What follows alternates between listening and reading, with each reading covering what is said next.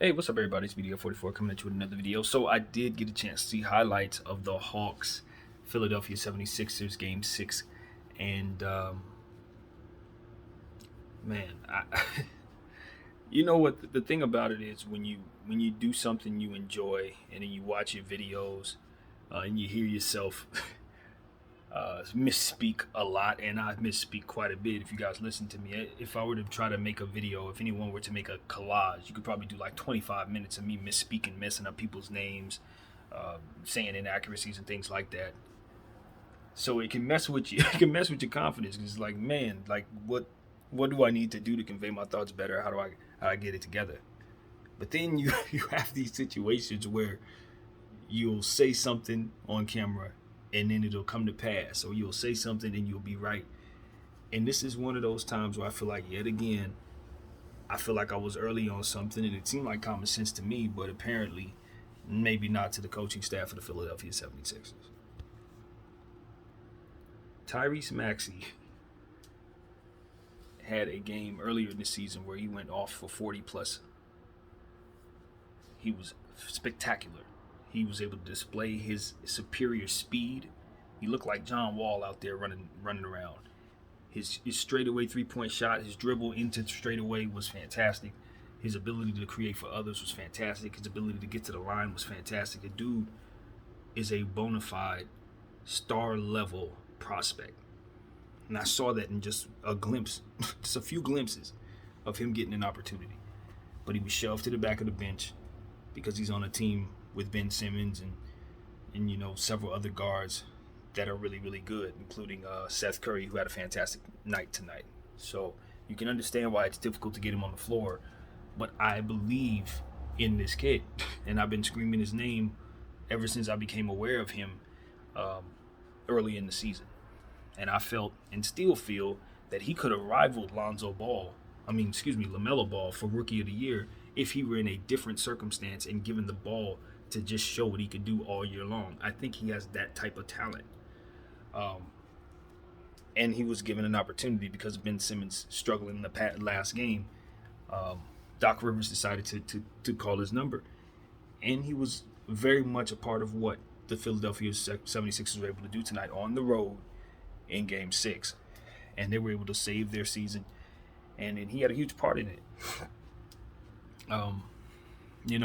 And so I feel like hopefully this will be the beginning of something for that kid, and he'll get an opportunity to continue to show what he can do. Because what we're seeing is a couple guys in these playoffs that are able to kind of make a name for themselves. Some kids, obviously Terrence Mann with his 39 points tonight as well. It was good to see Tyrese Maxey get an opportunity on the same night in a big game as well. So those are two kids I really believe in and I think are going to have a fantastic future. So, big deal there. Also, with the Hawks, I saw a lot of good out of John Collins. They had some guys who were playing well for them. Of course, Ice Trae is continuing to play well. It wasn't like they went out and stunk it up. So more than anything, they just lost a shootout. That's what I saw there. Philadelphia 76ers made the adjustments necessary, which has been the criticism of Doc Rivers. And I'm telling you, if he would have lost this game, he would have been fired tonight. So for his team to come out strong, Tobias Harris had a good bounce-back game. Dwight Howard did some good things out there. As I said, Seth Curry, he shot the ball like crazy. But he also shot the ball like crazy in the last game. He's been a fantastic shooter. He's showing that he has that Curry genetic going on, and he's just making people pay. And you got to look at the Dallas Mavericks and wonder why they let him walk out the door. I don't know how you let Seth Curry walk out the door. And they missed him. And the Philadelphia 76ers have him, and that's why they're still around. And you could say that about several players on the 76er team. You look at some teams like the Los Angeles Lakers, who have some pieces that this 76ers team now has. They wish those teams were still on their team, because they would obviously still be around as well. So, I don't think it's a coincidence that the 76er team is still around. Because their GM has done a fantastic job in making damn sure, that they have veterans and players that complement Joel Embiid and Ben Simmons well. And even though Ben Simmons has not played well, here the Sixers are still around. So that's going to be interesting. The game is going back to Philadelphia for 7. The series is headed back to Philadelphia for 7, and I'm telling you, I have absolutely no idea who's going to win this. No idea. Both teams. You know what to expect. Probably another shootout. Who can win the next shootout? Because it's been close all series long. The teams are both pretty damn even. Joel Embiid is fighting through injury. He's playing through it. Doc Rivers has finally decided to make some adjustments after all this time. Clearly, he's finally starting to get it. And what I saw out there was a Tobias Harris who played better. And several other players on their team who just played better. Ben Simmons, who got back to doing what he does well, which is creating for others. And he was setting Seth Curry up for a lot of those three-point shots that he was able to get off. So you got to give Ben Simmons some credit. He lost some minutes tonight. Lost some confidence in him in terms of the coaches having confidence in him. But he still managed to take the minutes that he was given and bounce back with a good game. And I think that speaks well to what you can expect from him in Game 7. So if I'm to give a prediction at this moment, I think I'm going to go with the home team. Joel Embiid. If Tobias Harris is going to play well, Seth Curry's continuing to be hot, and now Tyrese Maxey is going to get an opportunity. I think the Atlanta Hawks should have tried to win it at home. The game was close, like I said. It was just a shootout that they happened to lose, and that's a game you cannot lose. It's simple as that. When you have shootouts, when you're this close in talent with a team, you got to tend to win the games that you're supposed to win. The thing about the Hawks is they've been winning games that they're not supposed to win. Coming backs, from big, huge deficits and all that, trying to force their way back into it.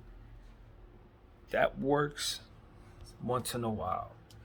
But when you have a game where you have a chance to close a team out, and it's in your building, and it's close down the stretch, that's the game you have to find a way to win. Because now you're headed back to Philadelphia. That's going to be a rough crowd. The pressure's all on you. Philly took care of what they needed to take care of. They forced the series back home. They forced a way to win a game in Atlanta in a tough environment. Now you got to find a way to do that.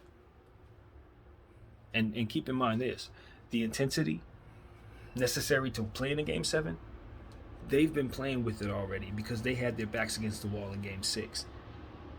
Now your back's against the wall, and you got to match the intensity that they already have. So all the momentum is with Philadelphia, if you ask me. And I'm inclined to think they're going to win the game. But Ice Trae can make a difference if he goes out there and does amazing stuff. Gallinari's been shooting incredibly well. I heard Bogey went down. We got to see what his status is going to be. If he can't go, that's going to affect things as well. So that definitely had something to do with why the Hawks didn't have enough. But, this ain't excuse time. This is next man up time. You look at the Los Angeles Clippers. They don't have Kawhi Leonard. They don't have Serge Ibaka, and they're still in the Western Conference Finals. They're not, that's what it's about. Who can survive? Who is the healthiest team? And if you're not the healthiest, who can survive without their best guys? The NBA is hobbling into the playoffs. They're hobbling into the finals. Whoever's going to get this championship, they're going to get it crawling.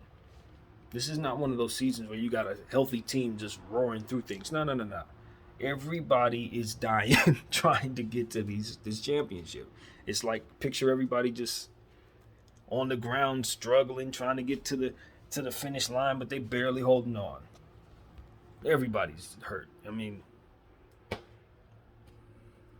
Truly have no idea who's going to win it. It's the beauty of the NBA this year. You have no idea.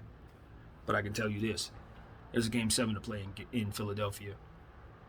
And I'm going to be watching. My name is BDF44. Thank you guys for watching me. I'm out.